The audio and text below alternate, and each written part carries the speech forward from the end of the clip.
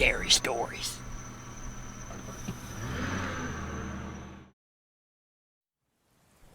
A little backstory.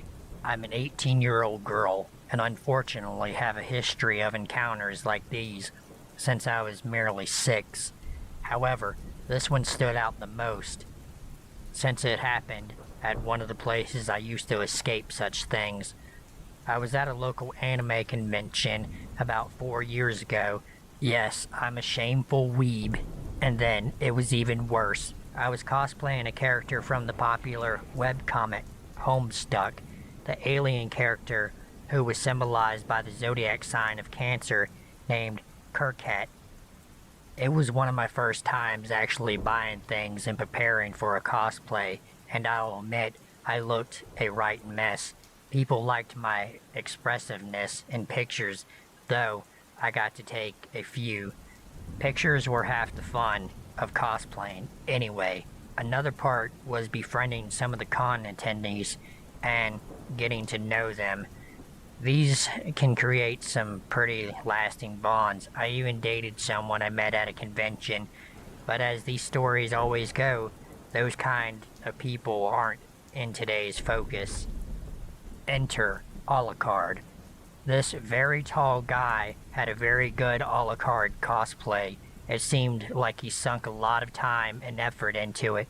The only thing missing was the hat and goggles. But me, being the nerd that I am, thought he was just playing as Alucard. When I was awakened for the second time, I asked to take his picture, and he obliged. Eventually we started chatting, and in retrospect, I should have analyzed the conversation more carefully. The character Alucard is a vampire for those who don't know, and the alien characters in Homestuck have a variety of blood colors. I was playing around with my friend since middle school who accompanied me cosplaying another alien named Tyrazi, and we joked around about blood colors and stuff. Alucard suddenly decided to butt in with this charming phrase, "I've never tasted alien blood before. Want to give me your neck?" We decided to believe he was just playing and played along in character. Thankfully, in character meant my best friend was very low-key protective of keeping my character's blood color a secret between the two of us. However, consider this strike one against our friend Alucard here. Then the conversation switched back out of character again, and we talked about life outside of cosplay. This guy was apparently in the military and was actually ostracized by his peers. At the time, I couldn't imagine why, aside from the obvious. However, the fact he was in the military told me he was at least 18, way too old to flirt with someone 4 years his junior. The more we talked, however, the more he wanted to see me out of cosplay. He even asked me to take off my wig. My hair at the time was long, curly, easily matted, and hard to get into a wig, so I declined. He kept pressing to see it, though. So I pulled up a picture on my phone. I wish I had paid more attention to his response to that as well. Most people would call me cute or something like that, but he immediately said I looked sexy. It wasn't a risky picture or anything either, just a very boring looking picture of me wearing bright red lipstick. The day went on, and I was getting more and more uncomfortable as we let him accompany our group, which expanded when my other friend from middle school joined in. She was a petite Vietnamese girl, and Alucard low-key creeped on her as well. Fortunately, my always present maternal instincts for her protected her from his grasp. I wasn't so lucky. During the opening ceremonies for the convention, he began flirting with me, even though I told him I had a boyfriend at the time. That wasn't a total lie. I did have a boyfriend, but it was a long-distance relationship across the pond. This didn't deter Alucard, though. Midway through the ceremony, he clamped his hand down on my crotch quite hard, causing my body to seize up in shock, in a response my body hadn't elicited since I was 7. He only chuckled at this and whispered in my ear, "If you want the fucking of your life, just say yes, bitch." I didn't know what to do. I only remember Tarazi saying something like, "Don't fucking touch her," before I blacked out. Turns out my longtime friend went into badass mode and we escaped the packed auditorium safely. We congregated in the girls' room and they calmed me down. And when we all met at Tarazi's house, later we discussed the best course of action. The next day my mother accompanied us and she tracked this guy down. Her awesome mode seemed to activate at this 5'3" woman grabbed someone easily 6'2" by the collar down to meet her line of sight easily and growled, "I'll kill you, motherfucker." When I told my boyfriend about this, he did some research and the guy was actually in his 30s as well as autistic. The latter made me feel as though it were my fault, but my boyfriend reassured me that this guy was still a soldier and still was supposed to have honor and morals regardless of his mental disorder or illness. Besides, I am also autistic and have never done anything as fucked up as that to anyone, younger than me or not. An a la carte cosplayer creeped on me hardcore and tried to plunder my booty. Friends and my mother went into badass mode and saved me. And the guy ended up being a mentally unwell pedophile in the military.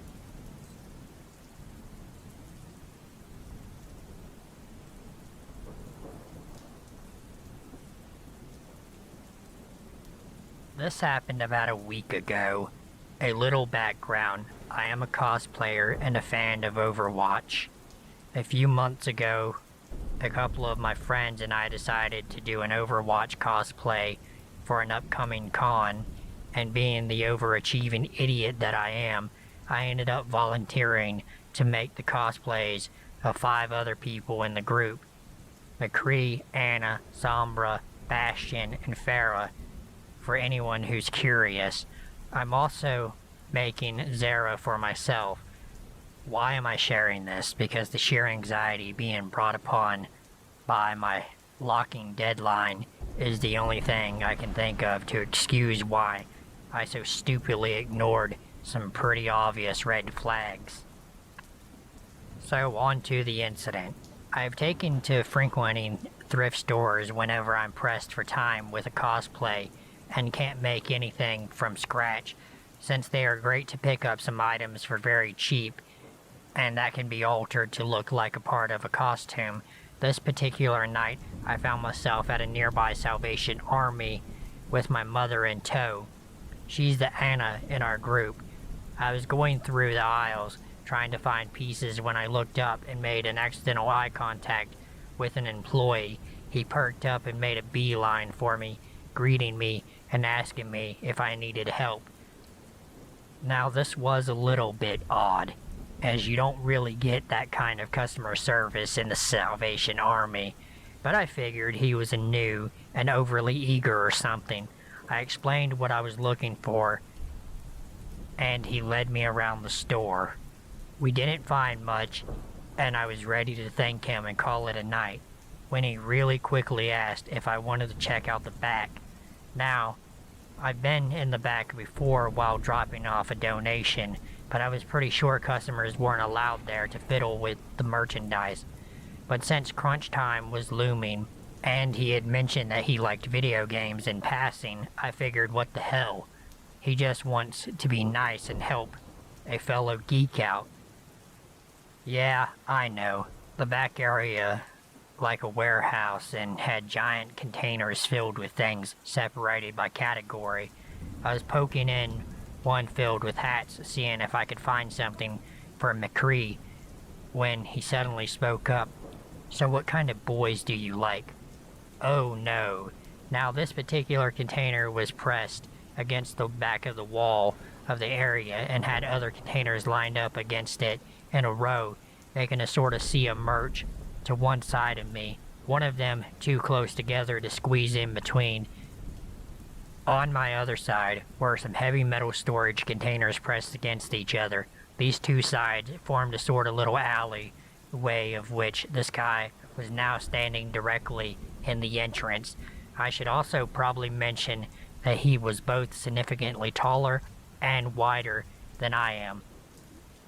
At first, I tried to pointedly ignore the question and ask him if he had seen any brown cowboy hats, hoping he'd take a hint. He said he hadn't, but asked me the question again.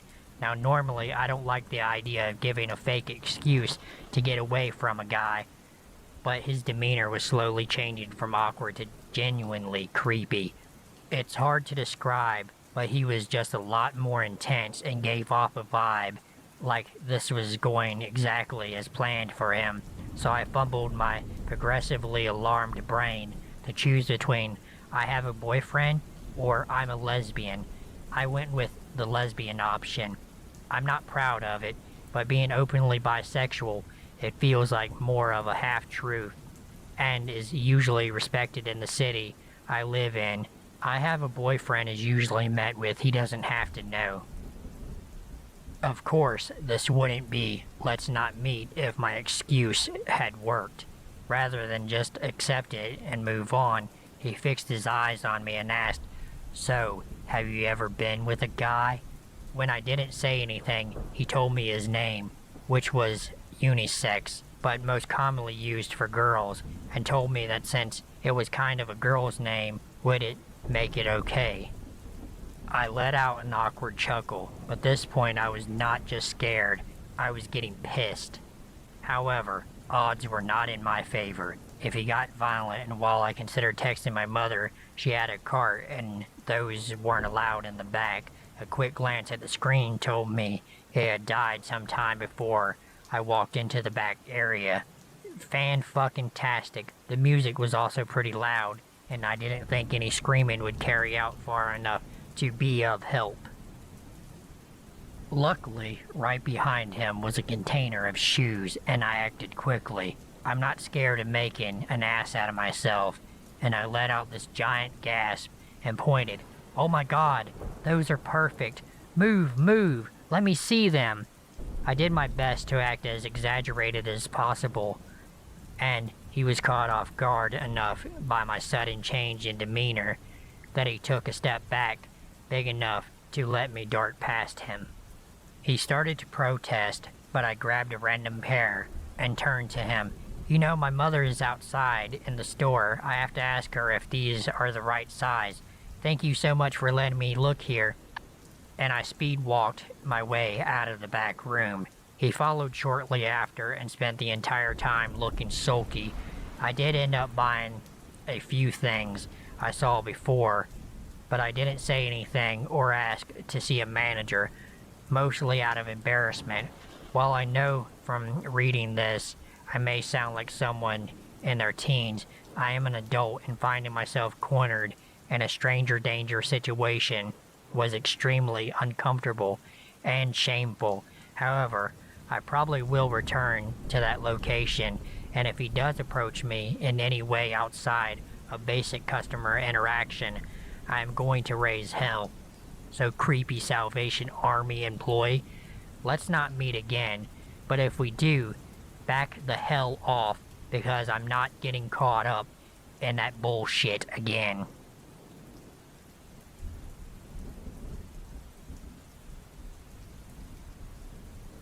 To begin, I'm a 25-year-old male. My city does a local comic convention in the summer, which I usually make a point to attend with my friends.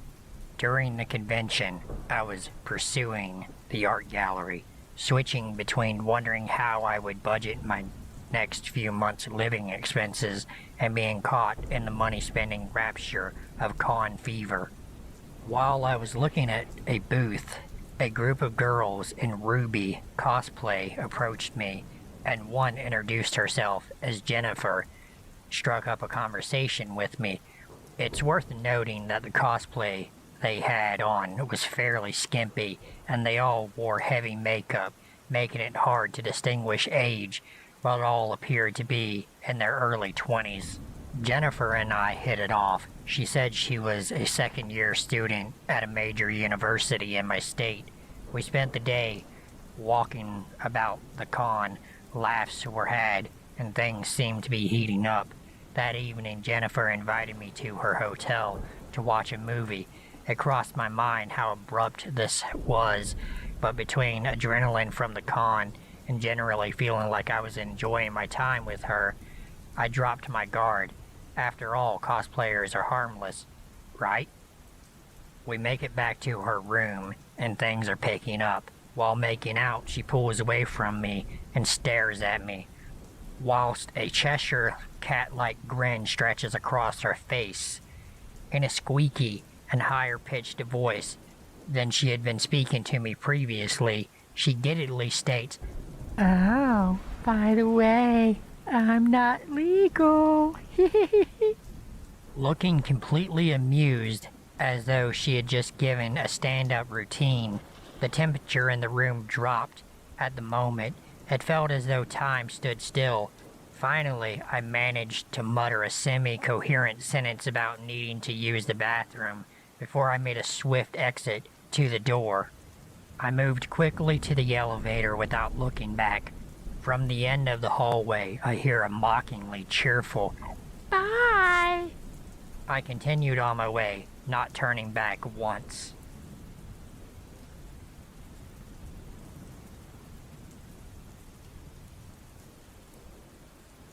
This was probably one of the strangest things that has happened to me, but by now, I chuckle at it.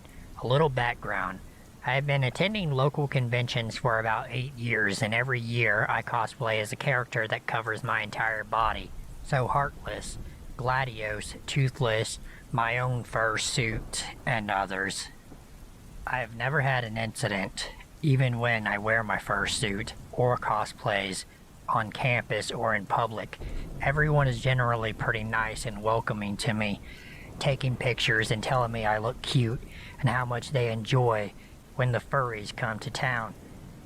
Furries bring a lot of money to my city during the local fur con, so when this incident happened, I didn't quite know how to react. This year I decided to attend my first out-of-state con. This means that since I would be in a hotel, I could be at the con after midnight instead of going home. Now, since I have been performing in costume for several years, I was quite used to being able to maneuver myself by easily and would travel around the con by myself. Luckily, I had friends with me at the time because I wanted to film reactions to my costume.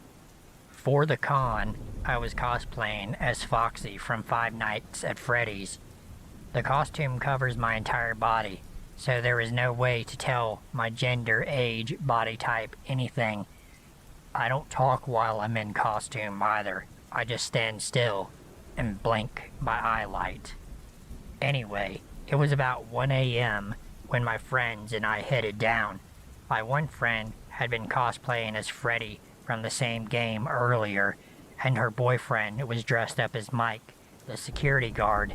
When we get off the elevator, I turned to Mike and said, "This is when things get weird." And oh, I was right. Not even 2 minutes later, some guy decided it would be funny to poke Foxy in my eye hard. This lodged the plastic eye right into mine. I paused for a second to check and make sure the costume wasn't damaged. It was annoying. I quickly took my position around the corner of a hallway and waited for people to walk past. Mike and Freddy stood across the way and began filming. I was also filming from inside my costume. Shortly after I pressed play, a group of guys walked by and one slaps my butt so hard it hurt for the next 5 minutes.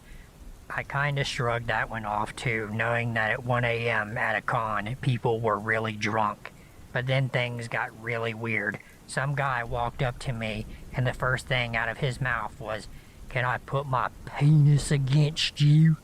And before I could even process what he had said, he was next to me and was attempting to hump my leg. Because of my poor vision, I couldn't quite see him, but I knew exactly what he was doing. I attempted to stay in character and just turned away from him. I was about to call over Mike to have him rescue me, but by then he was already there. He too was attempting to stay in character and said to the creep, "Please step away from the electronics." The creep is confused at first, but then starts laughing. Mike chuckles a bit to try and lighten the mood, but then the creep asks Mike if he could put his penis on him. By then, Mike had had enough and told him to fuck off. The best part was that Mike was dressed as a security guard, so the look on the creep's face when he came over was priceless. After all those incidences happened in less than 5 minutes, I was about to call it quits, but I kept going and ended up having a great night, and got a lot of good footage. It was a weird and creepy moment, but I just kinda laugh at it now, and use this story as a warning to people to treat cosplayers with respect, and for cosplayers to always use the buddy system. I don't know what I would have done if Mike and Freddy weren't there, so creepy penis guy, let's not ever meet again.